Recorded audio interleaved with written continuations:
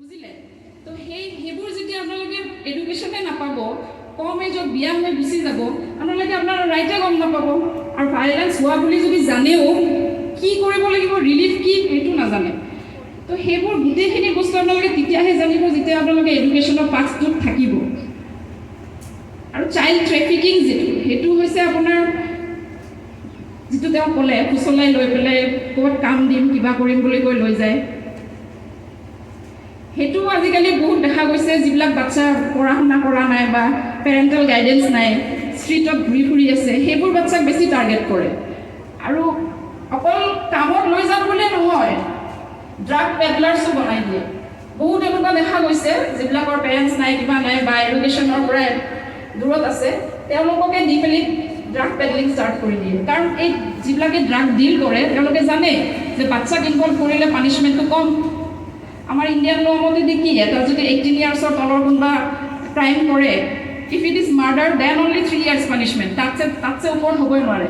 তাকো সেইটো maximum punishment চ' ইয়াতে জানে ভালকৈ সেইকাৰণে বাচ্চাকে টাৰ্গেট কৰে চ'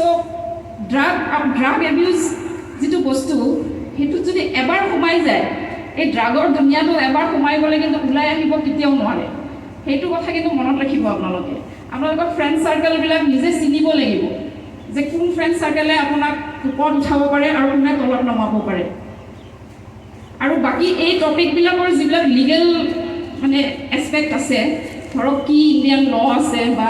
আমাৰ DLSA আপোনালোকে হয়তো নাজানে DLSA কি বস্তু মানে ডিষ্ট্ৰিক্ট লিগেল ছাৰ্ভিচ অথৰিটি বুলি কয় আমাৰ মেইন উদ্দেশ্য আমাৰ যিটো ৰোল আৰু DLSA সেইটো হৈছে যে এৱেৰনেছ দিয়া নম্বৰ 1 কথা ছেকেণ্ডলি কোনোবা যদি ভিক্টিম হয়